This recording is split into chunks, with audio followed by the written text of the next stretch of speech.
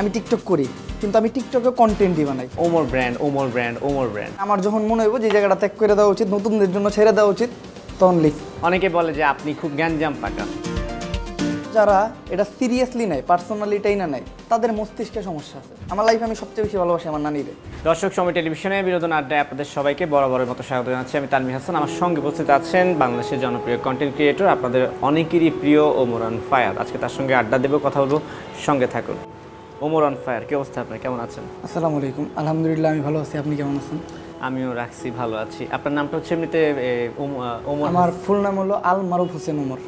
আল মারুফ হোসেন ওমর আগে বলেছিলেন। হ্যাঁ। তো এই যে তানভীর হাসান, মারুফ হাসান, রাকিব হাসান, নামগুলোর মধ্যে কেমন জানি গ্যাঞ্জাম গ্যাঞ্জাম ভাব আছে কেন? এত ঝামেলার মানুষের ঝামেলার গন্ধ থাকবো না? মানে আপনি স্বীকার করে নিলেন যে আপনি একটু ঝামেলার আছেন। এখন ঝামেলা যার যার ভিতরে, এখন আমি আমারটা স্বীকার করতে পারবো না। আপনার কাছে যদি আমার ঝামেলা মনে হয় আমার, তাই না আমি ঝামেলা। এখন যার যার চিন্তা ভাবনা তার কাছে। আপনার কাছে কি মনে হয়? আমার কাছে মনে হয় নিজে ভালো তো জগৎ ভালো। আমি ভালো, আমার কাছে জগৎ ভালো। আপনি খারাপ থাকলে আপনার কাছে আমারও খারাপ লাগবে। আচ্ছা ঠিক আছে, মজা করছিলাম। কেমন আছেন বলেন? আলহামদুলিল্লাহ, আল্লাহ তাআলা ভালো রাখছে। ভালো লাগছে। এই গরমের মধ্যে ভালো আছেন? আলহামদুলিল্লাহ। ভালো থাকাই স্বাভাবিক, কারণ আপনার যে নামটাই তো ওমর অন ফায়ার, তাই তো? 1, 2, 3 ঢাকায় জমি জিতে নিন 100% ক্যাশব্যাক সহ 20 কোটি টাকার পুরস্কার। তো ব্যস্ততা কেমন চলছে? ব্যস্ততা বলতে স্বাভাবিকলি কন্টেন্ট, ব্লগ, দেন শর্টস ভিডিও, এগুলাই। অনেকে বলছে যে আপনার এখন কন্টেন্ট ক্রিয়েটিং একদম কমে গেছে, পাওয়া যায় না নিয়মিত। মাসে নাকি দুই মাসে একটা দুইটা দেন, কেন? আগের থেকে একটু কমাই দিছি। আসলে আমার চিন্তা ভাবনা হলো আমি ভিউ থাকতে থাকতে এই জায়গাটা থেকে বাইরে হয়ে যাবো। মানে যতদিন আমার মার্কেট আছে, নয়তো আমার ভিউ কমে যাওয়ার পরে যদি আমি এই জায়গাটা থেকে বাইরে হয়ে যাই, মানুষ বলবো যে এখন মার্কেট নেই তাই চলে গেছে। কিন্তু আমি যেতেছি একটু ডিফারেন্ট, যে আস্তে আস্তে এখান থেকে সরে যাবো যতদিন পর্যন্ত আমার নাম আছে। নাম না থাকার পরে যেতে চাই না। আপনার কি মনে হচ্ছে যে আপনার মার্কেট হারায় যাচ্ছে, এই জন্য আপনি সরে যাচ্ছেন আস্তে আস্তে? না না, আমি তো আগেই বললাম যে সম্মান থাকতে থাকতে জায়গা ত্যাগ করা ভালো। মানে আস্তে আস্তে সরে যাওয়া শুরু করেছেন, হয়তো বা খুব শিগগিরই আমরা আপনাকে হারিয়ে ফেলবো। হইতে পারে। তা আপনি এত জনপ্রিয়, আপনি এত ফ্যান ফলোয়ার আছে, তা আপনি যদি এখান থেকে সরে যান তারা তো নিরাশ হবে। আশারত হওয়ার কিছু নাই। আসি এখন অনেক দিন আসি, যতদিন মানুষ চায়। দেন আমার যখন মনে হইব যে জায়গাটা ত্যাগ করে দেওয়া উচিত, নতুনদের জন্য ছেড়ে দেওয়া উচিত, তখন লিভ। ঠিক আছে ওমর, আজকে আসলে আপনার কাছে আমার প্রশ্ন যা আছে সব আপনার ভক্তদের, আপনার হেটার্সদের, আপনার লাভারদের, তাদের প্রশ্নগুলো আমি করতে চাই। যেমন একজন প্রশ্ন করেছে যে মানে অনেকেই ফেসবুক, ইউটিউব বা ইনস্টাগ্রাম বা টিকটকে গিয়ে লেখে Omar brand, Omar brand, Omar brand. মানে এই ওমর ব্র্যান্ড কেন এবং কিভাবে আসলো? এই কমেন্ট ক্যান করে আমি জানি না। মানে এই কমেন্টটা শুরু হয় আমার টিকটক আইডি ব্যান হয়ে যাওয়ার পর আবার ফিরে আসার সময় থেকে। এখন কিসের জন্য মানুষ ব্র্যান্ড ব্র্যান্ড এগুলো কয় আমি একদম জানি না। আর এগুলো আমি অতিরিক্ত দেখা আমি এমনি শয়তানি করে একটা কন্টেন্ট বানাই, বাট এটা শুধুমাত্র শয়তানি কইরা। তো তারপর থেকে এই ব্র্যান্ড কমেন্টটা আরও বাইরে যায়। আর আমার যতটুকু মনে হয় ওই যে লাইক খুব অল্প সময় আমার ভিডিওতে লাইক পড়ার কারণে বা অতিরিক্ত কমেন্ট হওয়ার কারণে, অতিরিক্ত তাড়াতাড়ি ফলোয়ার বাড়ার কারণে এটা মানুষ বলে, আমি জানি না। 1, 2, 3 ঢাকায় জমি জিতে নিন 100% ক্যাশব্যাক সহ 20 কোটি টাকার পুরস্কার। ওমর মানে ব্র্যান্ড। হ্যাঁ, এটা কয় ইউটিউব সাবস্ক্রাইবার কত? 2.7 মিলিয়ন মেবি। 2.7 মিলিয়ন। আর টিকটকে ফলোয়ার কতজন? 6.7 6.7 মিলিয়ন। আমি জানি না এখন।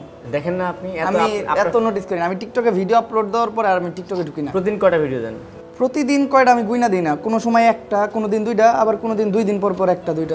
যখন প্রসঙ্গ আসে তখন মনে বেড়ে যায় না প্রসঙ্গ না, আমি কোথাও যদি ঘুরতে যাই তাইলে আমি মানে 5-6টা বা 10-12টা ভিডিও একসাথে বানাই, ওইটাই আমি অনেক দিন বয়ে ছাড়ি। এটা নিয়ে একটা ঝামেলাও আছে। যেমন আমি এক জায়গায় যখন যাই, টিকটকের প্রতি আমি এতটা সিরিয়াসনেস দেখাই না কখনো।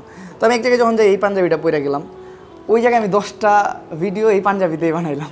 তো ওই 10টা আমি মানে আগামী 5 দিন বা 7 দিন বা 10 দিন করে ছাড়লাম। মানুষ ভাবে যে আমার পাঞ্জাবি একটা বা আমার জামা কাপড় একটা, কিন্তু আমি যে একদিন বানাই পুরো ওইটা দিয়ে মোটামুটি 10-15 দিন চালাই, এটা আর বুঝে না। আচ্ছা, এই যে আপনি তো কন্টেন্ট ক্রিয়েটর হিসেবে কাজ করছেন, টিকটকে বেশ ইনভলভ।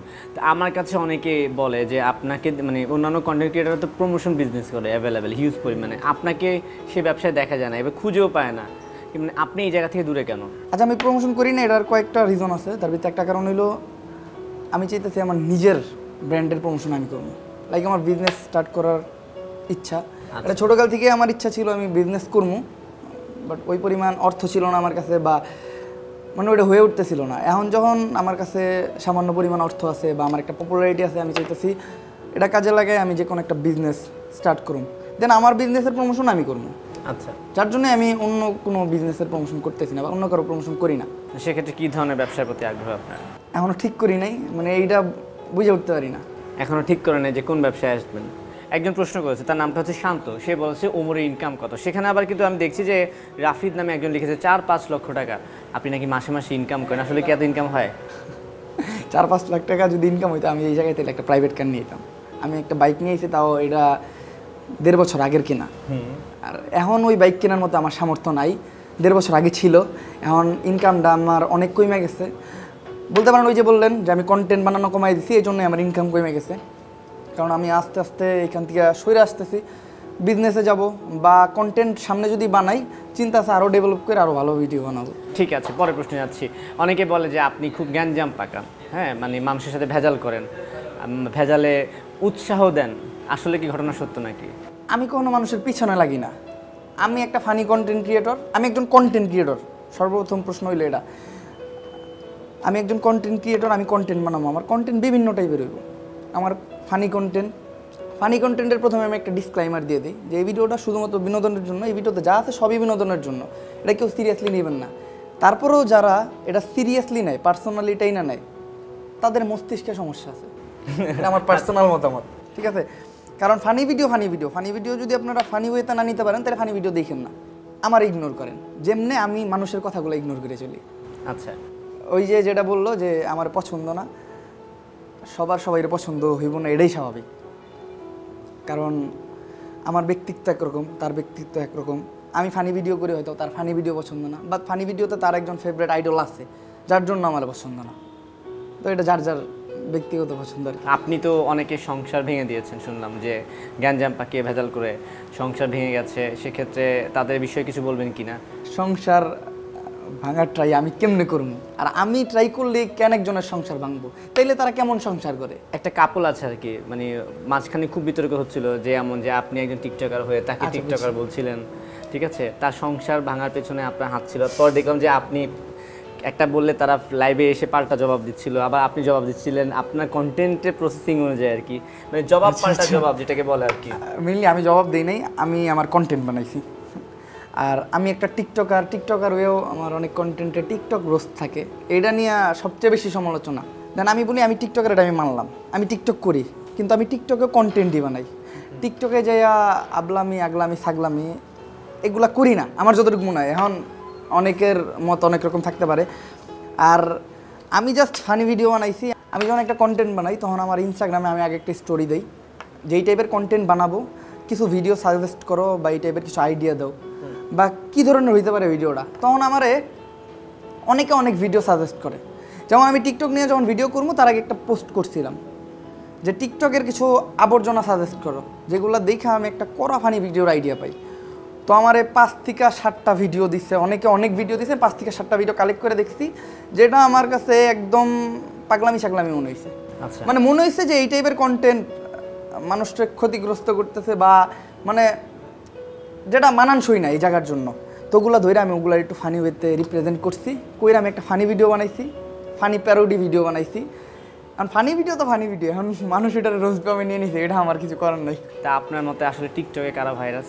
আমি নাম নিব না, বাট আপাতত টিকটকে অনেক ভাইরাস আছে। আপাতত অনেক আছে। আচ্ছা, হ্যাঁ, টিকটকের মেইন ভাইরাস হইলো আমার যতটুকু মনে হয়, দেন যারা ভালো ভিডিও বানায় তাদের আমি কখনো টানুম না।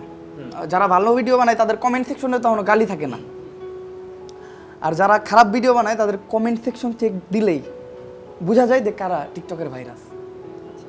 আমারে মানুষ বাজে কমেন্ট করা শুরু করছে কোন দিনের পর থেকে জানেন? আমি একটা চুল কালার নিয়ে ভিডিও বানাইছিলাম। আচ্ছা, এই দিনের পর থেকে মানে আমার একটা সাইট হেটার্স হয়ে যায়।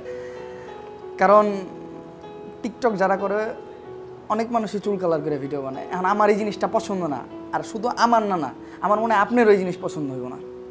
কারো বাবা মার চুল কালার পছন্দ হইতে পারে না। আবার এটা তো অনেকে অনেক কথা বলে যে অনেক মানুষ তো চুলে মেহেদি দিয়ে কালার করে। মেহেদি দিয়ে কালার করা আর চুল কালার করা এটা আকাশ পাতাল তফাৎ, এটা কখনো মিলে না। মেহেদি দিয়ে চুল কালার করেন, কালো চুলে মেহেদি দিয়ে চুল কালার করলে আমার মনে হয় না কখনো হলুদ রং হইব বা সবুজ রং হইব।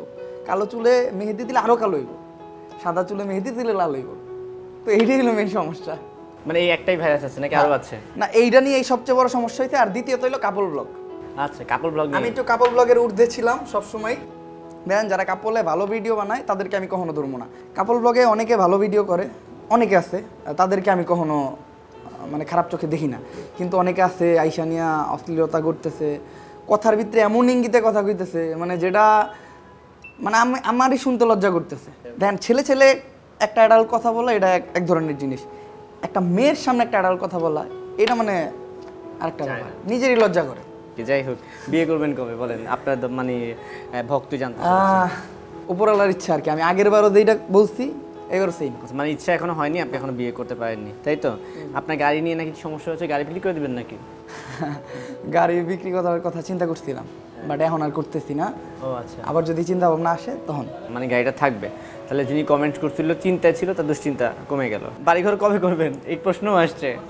বাড়িঘর ইনশাল্লাহ খুব তাড়াতাড়ি করব। আমার ড্রিম আমার আম্মুরে আমার বানানো বাড়িতে রাখবো।